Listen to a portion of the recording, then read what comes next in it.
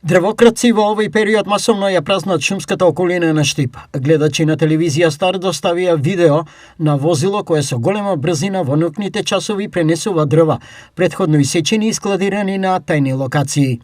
Освен видео, речиси секојдневно стигнуваат и директни јавувања и апели дрвократството конечно да се спречи. Трагично е да се гледа и замисли нашата околина тешко осакатена без дрва и природа.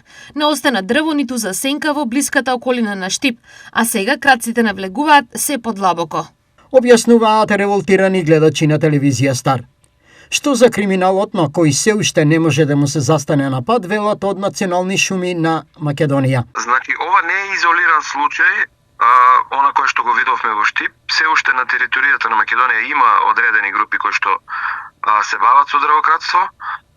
Во периодов тоа е малку зголемено затоа што времето е навистина ладно, а добар дел од граѓаните остана и не се снабдија навреме со дрво. Поради нашите преголеми акции, сепак во одредени делови на Македонија снабдувањето беше малку отежнато. Меѓутоа ние она кое што сме го ветиле, ќе го истераме. Периодов кој што предстои ќе бидеме доста поактивни, повизибилни на терен и мислам дека ваквите слики ќе бидат се поретки. Околината на Штип со дрва никогаш не била во поголем ризик од чистење како во последните години. Испоредбено со некогаш едноставно сликата е еколошки трагична.